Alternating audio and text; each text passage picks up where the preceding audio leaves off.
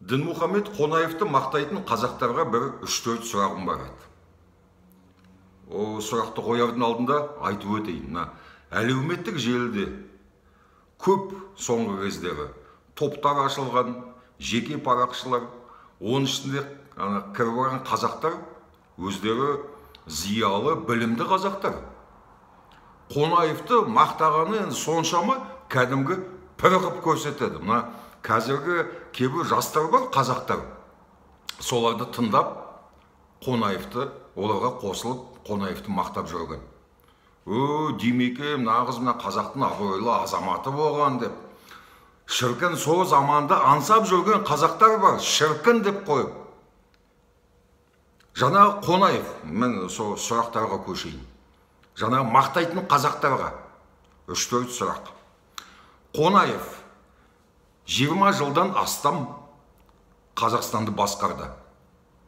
Политбюро мүшесі боп, Компартияның орталық комитетін мүшесі боп. Жаңағы Қызыл алаңда Мәскеуде Мавзолейдің трибунасында Қонаев Кеңес одағын басқарған Брежнев, қасына Громыко, қорғаныс министрі маршал Устинов, солардың қасында тұратын сондай деңгейде жүрген функционер тұғын Қонаев. Онымен тең жаңағы трибунада тұратын Мавзолейде тек қана Украинаның бірінші хатшысы Щербицкий болатын, қалғандары екінші қатарда тұратын. Қонаев Кеңес одағының билігінің ең жоғарғы тобына кіретін. Соның кезінде 20 жылдан астам Қазақстанды басқарды. Соның кезінде, Қонаевтың кезінде жүздеген ядролық бомба жарылысын осы жерде сынады. 3 ядролық полигон болды Қазақстанда. Соған Қонаев жаңағы дәрежесін пайдаланып деңгейін бір рет наразылық білдірген емес, үнін шығарған жоқ. 3 ядролық полигонда жүздеген жарыс жасағанда атомный бомбаларды Қонаев ешқандай оған қарсыласқан емес. Және Кеңес одағында жалғыз бір бактериолог полигон болатын. Олар да химия, бактериолог қару-жарағын Кеңес одағы осы жерге әкеп сынаған қазақ жерінде. Қонаев оған бір рет қарсыласқан емес. Оған бір дерек мәлімет жоқ. Қонаевты қорғайтын. Қазір алып шығып, тарихшылар айтатын, мені Политбюрода осы мәселені көтерген, Брежневпен осы мәселені талқыған деген Черненко, Андроповпен, сол кезде Қонаев болды ғой билікте. Жоқ ондай мәліметтер. Ешқандай мұражай архивте ол табылмайды. Үнін шығарған жоқ Қонаев. Қазақтың жерін, қазақтың денсаулығын қорғады деген болған емес Қонаевта. Және Қонаевтың кезінде қазақтар, қалаға келген қазақтарға пәтер берілмейтін. Берілсе, жұмыста, Кеңес одағында жұмыста пәтер беретін ғой. Сен сол жұмыста сосын мәңгілік зейнетке шыққанша дейін сосын істейсің. Саған пәтер беретін өкімет.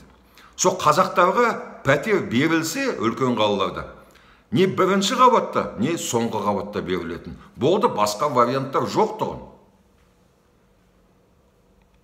Қонаевтың кесірінен, Қонаев сонда Қазақстанды басқарып отыр. Осы мәселеге неге көңіл бөлмей, неге қазақтарға пәтер бергізбейтін? Айтыңдаршы, қазақтар, Қонаевты қорғайтын қазақтар. Және жалғастырайын.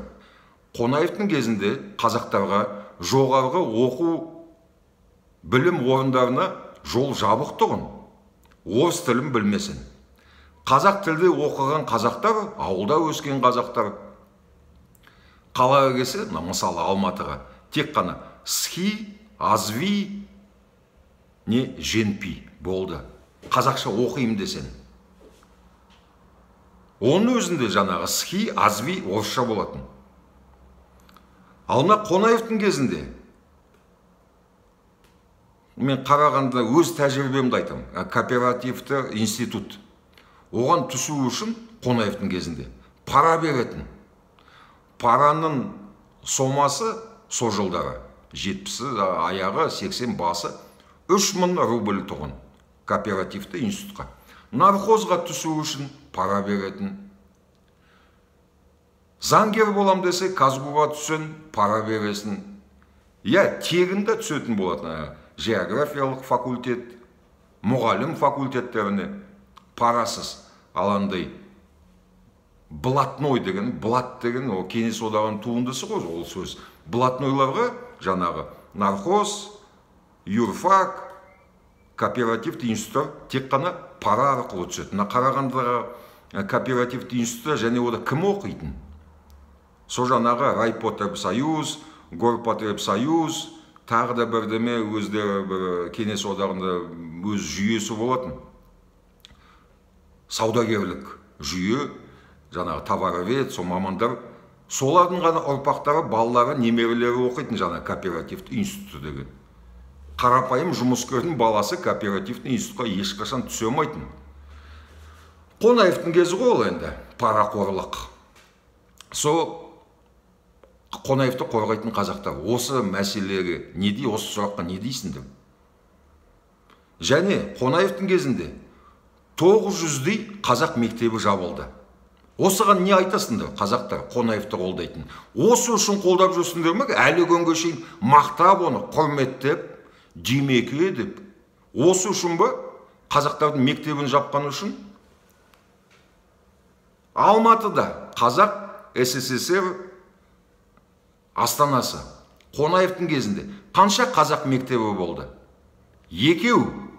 Оның алдында біреу тұғын. 70-ші жылдары аяғында екінші мектеп ашылды. 80-ші жылдың басында ма? Міне, бір-екі мектеп қазақ СССР орталығы астанасында Алматыда. Қонаевтың да кезінде. Осы үшін қолдайсыңдар ма? Сендер қазір Қонаевты мақтап жүрген қазақтар айтыңдаршы. Қонаевтың кезінде мен Қарағандыда есімде, бізде обком бірінші хатшысы Лакатунин деген болатын. Қазақ емес әрине. Көршілес Жезқазған облысы обком бірінші хатшысы Давыдов деген болатын. Көршілес Целиноград облысының бірінші хатшысы неміс Браун деген болатын. Көршілес Павлодар облысында есінде жоқ, бірдеме Потапов па, Прокофьев па, Корчагин ба, сондай біреу болатын. Қостанайда және басқа жерде қазақ сол кезде обком бірінші хатшысы есімде білетін мен ғана жаңағы Асқаров Шымкентте. Оның өзі Асқаровты қазір енді көше қойдық, атын бердік, бірақ оғысыны біз енді бұлай білеміз ғой, қандай болғанын. Солына Қонаевты айтайық. Бірінші хатшылар обком тек қазақ ұлты болмайтын. Қазаққа қойса екінші хатшысы болып декоративті өз функциясын орындайтын. Қонаевтың кезінде. Осы үшін қолдайсыңдар ма? Сендер оны қазақтар айтыңдаршы. Осы үшін мақтайсыңдар ма? Не бопты сендерге Қонаевты мақтап? Не істеді ол? Жарылқап қазаққа қандай мұра қалдырды? Қазақты қудалаған Қонаевтың кезінде. Қазақты кемсіткен, қазақтыға қысым көрсеткен, тіліміз құрып, 30 жыл қазір тәуелсіздікке жетіп, әлі күнге шейін қаншама мәңгірген қазақтар, мақтабас қазақтар, осы Қонаевтың мұрасы. Бізге қалған Қонаевтың мұрасы. Әлі күнге шейін құтыламай жүрген, әлі күнге шейін жоямай жүрген мақтабас орысқұл, сатқын, мәңгірген қазақтар, ол Қонаевтың тікелей мұрасы. Бізге қалдырып кеткен. Басқа мұрасын білмеймін мен. Не үшін мақтайсыңдар? Айтыңдаршы, қазақтар. Ақ пен қараны қашан ажыратасыңдар? Соншама надандық, сауатсыз неден пайда болады? Бәрін, сендердің парақшаларыңды қарайым, күлем бір зиялы бір демесіңдер. Қонаевты мақтап соншама не бопты? Ол жай гауляй тұртығын. Орталық, метрополияның қазақты басқаруға қойған бір туземец гауляйтыр. Генерал-губернатор. қолында біраз билігі болды, бірақ ол билігін қазақтың қамына жақсартуға жіберді ма? Жоқ. Тек қана қазақты қудалауға, кемсітуге, орыс қылуға соған күшін салды Қонаев. Басқа ешті істеген емес. Сендер оған алданбаңдар, ана зейнетке шыққан Қонаевтың бір бейнелерін салып, қарапайым халықтың арасында жүрді. Ол 86 жылы желтоқсан көтерілісінен кейін қазақтың қаны төгілген. Оған да апарған Қонаев. Содан кейін Қонаев өзі пенсияға кетті. Сорлап қалды, амалсыздан қазақтың арасында жүрді. Сол кезде оны күтіп алатын қазақтар қарамағында істеген сол. Агропром, ауыл шаруашылығында екінші хатшы, ауданда сондай бірдемелер Қонаевты шақырып, бұрынғы әдетпен бастық қой деп сонымен дәмдесіп, соған мәз болып, сол қалған бейнелерді сендер оған алданбаңдар. Қонаев қазаққа ешқандай жақсылық істеген емес. Тек қана жаманшылық. Мен жаңағы айтып отырғам, айттым. Полигондар, Арал теңізі Қонаевтың кезінде құрып кетті ғой. Оған қарсыласты ма Қонаев? Жоқ, үнін шығарған емес. Полигон, мектеп, жоғарғы оқу орын, пәтер. Қонаевтың кезінде қазақтарға огород, дача берілмейтін. Содан бізде қалды фольклор ретінде қазақтар, біз жалқаумыз ғой, бізде дача жоқ деп. Бірақ ол аңыз, ол ақиқата жатпайды. Қазаққа огород, дача берілмейтін. Бір себеп қана болатын, қазаққа дача, огород беріледі. Ол партия белсендісі болса, бір райком бюросының бір мүшесі, совхоз директоры болса, тек сондай кезде ғана оған дача, огород беріледі. Енді қалады совхоз директорынан мүмкін бермейтін шығар, бірақ партия белсенділеріне ғана берілетін. Қарапайым қатардағы коммунист қазаққа берілмейтін огород, дача, тек қана белсенділік танытқан. Соларға ғана берілетін. Ал басқа ұлттың өкілдеріне ең ішкіш бір сантехник, сварщиктерге шейін дача, огород берілетін. Қазақтарға тек қана коммунист болсам, белсенді, шенді коммунист болсам. Сол әлі күнге шейін қалды. Бізде қазақта неге дача жоқ мысалы? Қазақ басқа ұлттың өкілдері қай қалаға барсаң, дачасы бар, огороды бар, гаражы бар, қазақта түк жоқ. Біз әлі күнге шейін айтып келетін, біз жалқаумыз ғой деп. Жоқ, одан емес. Қазаққа берілмейтін. Ол Қонаевтың кезінде. Осы үшін мақтайсыңдар ма сендер оны қазақтарға айтыңдаршы. Қонаевты мақтайтын қазақтар. Не деген сорлаған қазақсыңдар сендер?